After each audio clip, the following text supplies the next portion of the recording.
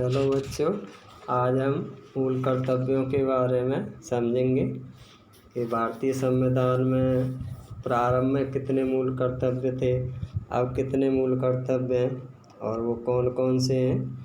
तो उन सब के बारे में आज हम यहाँ पर समझेंगे। तो मूल अधिकारों कर्तव्य में विशिष्ट संबंध है, कहने मतलब वो एक दूसरे से घनिष्ठ रूप से जुड़े हुए हैं। मूल अधिकारों कर्तव्य आपस में सह संबंधी हैं, कहने मतलब एक का अस्तित्व दूसरे पर टिका हुआ है। अधिकारों कर्तव्य एक दूसरे के पूरक हैं और एक व्यक्ति के कर्तव्य दूसरे व्यक्ति के अधिकार बन जाते हैं। अतः कर्तव्यों की अनुपस्थिति में अधिकारों की कल्पना ही संभव नहीं है। यहाँ कहने का तात्पर्य है कि हमारे संविधान के द्वारा हमें 6 मूल अधिकार दिए गए हैं, लेकिन अगर हमें उन मूल अधिकारों को प्राप्त करना है तो उसके लिए हमें कर्तव्यों का निर्वहन करना पड़ेगा। तो कहने का तात्पर्य है कि जो व्यक्ति अपने कर्तव्यों का ईमानदारी से पालन करेगा, मौलिक कर्तव्य उसको आसानी से प्राप्त हो जाएंगे। और जो व्यक्ति मूल कर्तव्यों की तो दुहाई देता रहेगा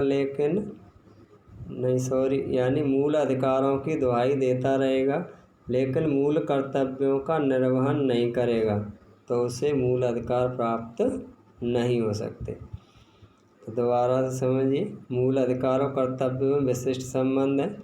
अधिकारों कर्तव्य एक दूसरे के पूरक हैं, एक व्यक्ति के कर्तव्य दूसरे व्यक्ति के अधिकार बन जाते हैं।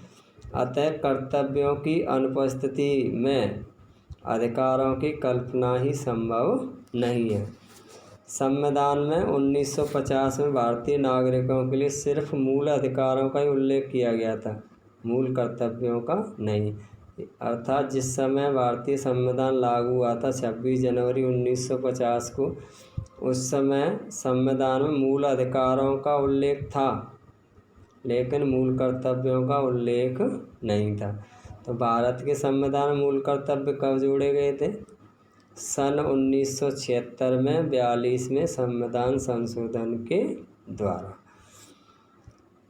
1976 में 42वां संविधान संशोधन करते हुए यह अनुभव किया गया कि नागरिकों के मूल कर्तव्यों का उल्लेख किया जाना चाहिए।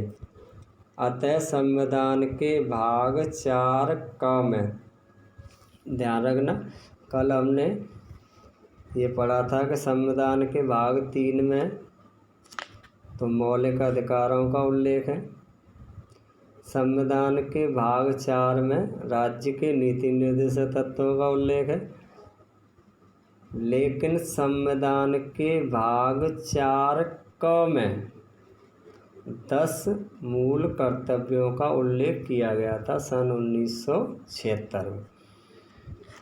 तो मूल कर्तव्यों का उल्लेख संविधान के कौन से भाग में? संविधान के भाग 4 का में।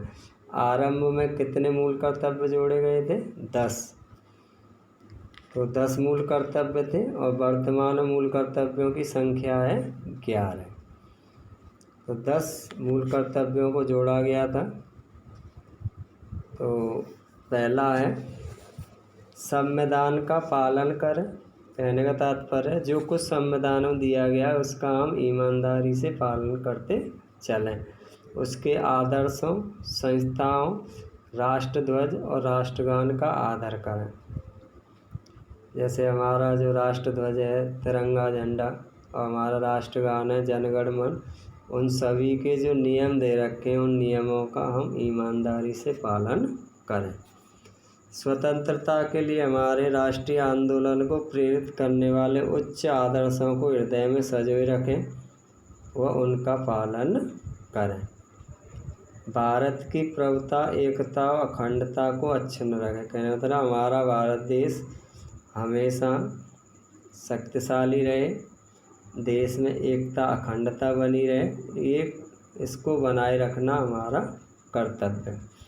देश की रक्षा करें और आह्वान किए जाने पर हम राष्ट्र की या देश की सेवा करें। 5वां कर्तव्य, भारत के सभी लोगों में समरसता और समान भ्रातृत्व की भावना का निर्माण करें, जो धर्म, भाषा, प्रदेश या वर्ग पर आधारित भेदभाव से परे हो। ऐसी प्रथाओं का त्याग करें जो स्त्रियों के सम्मान के विरुद्ध हो।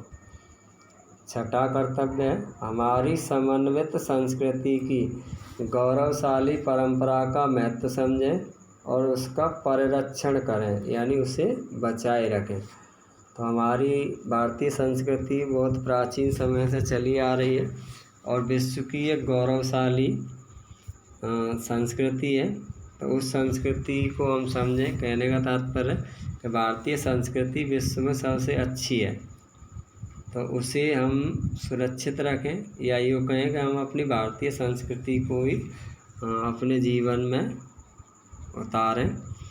प्राकृतिक पर्यावरण की, जिनके अंतर्गत वन, झील, नदी व वन्य जीव हैं, की रक्षा करें और उसका संवर्धन करें तथा प्राणी मात्र के प्रति दया भाव रखें।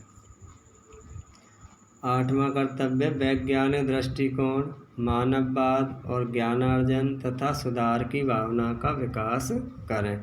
यानी हम अपने अंदर वैज्ञानिक दृष्टिकोण उत्पन्न करें, मानववाद यानी आपस में भाईचारा बना के नहीं रखें, एक दूसरे के प्रति अच्छा व्यवहार करें, ज्ञानार्जन यानी हम अच्छे से अच्छा ज्ञान प्राप्त करें और जितना संभव हो सके हम अलग अलग क्षेत्रों में सुधार के लिए कोशिश करें। सार्वजनिक संपत्ति यानी जो सरकारी संपत्ति होती है उसको सुरक्षित रखें और हिंसा से दूर रहें, यानी कोई लड़ाई झगड़ा या मारपीट न करें। 10वां कर्तव्य, व्यक्तिगत और सामूहिक गतिविधियों के सभी क्षेत्र में उत्कर्ष की ओर बढ़ने का सतत प्रयास करें, जिससे राष्ट्र निरंतर बढ़ते हुए प्रगति और उत्कर्ष की नई ऊंचाइयों को छू ले। तो ये 10 मूल कर्तव्य तो आरंभ में ही जोड़े गए थे सन 1976 में।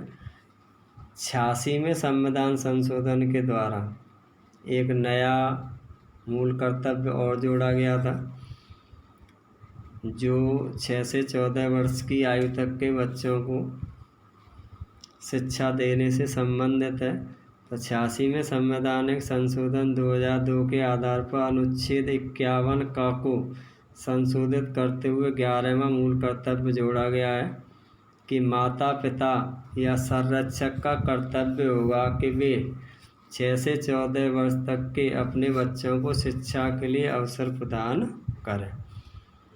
तो ये आपके 11 मूल कर्तव्य हैं जिनके बारे में अभी हमने समझा है।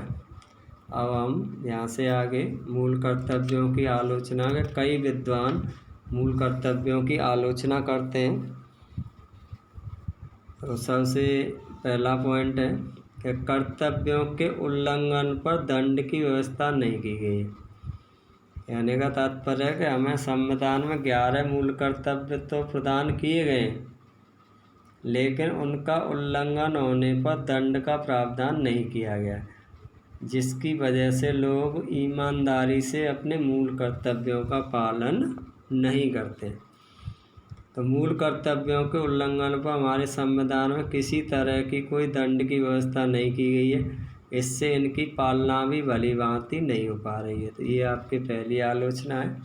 दूसरा, अत्यधिक आदर्शवादी मूल कर्तव्य अत्यधिक आदर्शवादी विचारों से प्रेरित हैं, जैसे राष्ट्रीय आदर्शों की पालना, देश की समन्वित संस्कृति और गौरवशाली परंपरा की रक्षा करना, वैज्ञानिक दृष्टिकोण, मानववाद ऐसे ही आदर्श हैं जो प्राय व्यवहार में काम में नहीं लिए जा रहे हैं। यह सर्वमान्य तथ्य है कि कर्तव्यों की पालना किए बिना अधिकारों का उपयोग संभव नहीं है। यानी अगर हमें अधिकार चाहिए तो हमें कर्तव्यों का पालन करना ही होगा। ये हमारे नागरिकों के लिए आदर्श के रूप में जोड़े गए हैं। ये राष्ट्रहित व राष्ट्र प्रेम की भावना जागृत करने वाले हैं।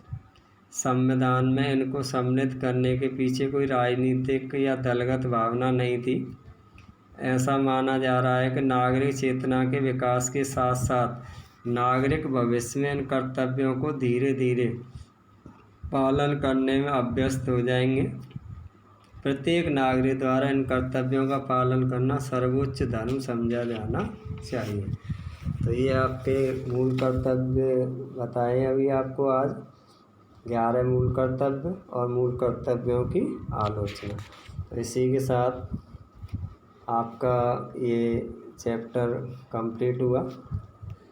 कल हम आपके भारतीय संघ की व्यवस्था के आधारभूत तत्व यानी अगले पाठ के बारे में समझेंगे, जिसका नाम है भारत की संघीय व्यवस्था के आधारभूत तत्व।